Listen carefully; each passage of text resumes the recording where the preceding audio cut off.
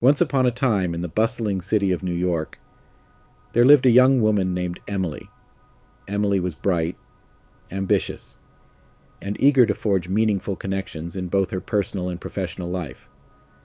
However, she soon found herself entangled in a web of manipulation and deceit, unsure of whom she could trust.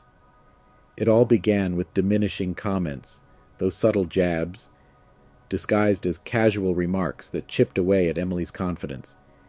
Whether it was her achievements being belittled or her dreams being scoffed at, Emily couldn't help but feel smaller with each passing day. But as she delved into the teachings of Stoicism, Emily learned to recognize these comments for what they truly were, reflections of the speaker's own insecurities. Armed with this newfound insight, Emily refused to let these remarks define her worth. But the challenges didn't end there.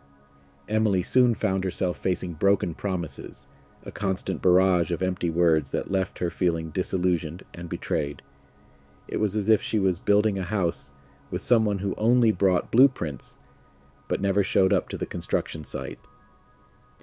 Yet, through the lens of Stoicism, Emily realized that actions spoke louder than words. She chose to focus on the actions of others rather than their promises, discerning who was truly committed to her well-being. As Emily navigated the treacherous waters of unilateral benefit, she found herself giving more than she received in her relationships. Whether it was offering support, time, or resources, Emily often found herself met with deafening silence when she needed help the most. But Stoicism taught Emily the importance of setting boundaries and valuing herself enough to demand reciprocity. She refused to be a mere pawn in someone else's game, choosing instead to surround herself with those who valued her as an equal. Yet, even as Emily learned to navigate the pitfalls of manipulation, she found herself facing emotional manipulation, a subtle yet powerful force that threatened to undermine her autonomy. It was as if someone was pulling the strings of her emotions, leaving her feeling drained and depleted. But through the wisdom of Stoicism, Emily reclaimed control over her own mind, refusing to be swayed by guilt or manipulation. As Emily continued her journey, she encountered the concept of Dunbar's number, which shed light on the limitations of human social capacity. With this understanding, Emily realized the importance of prioritizing quality over quantity in her relationships.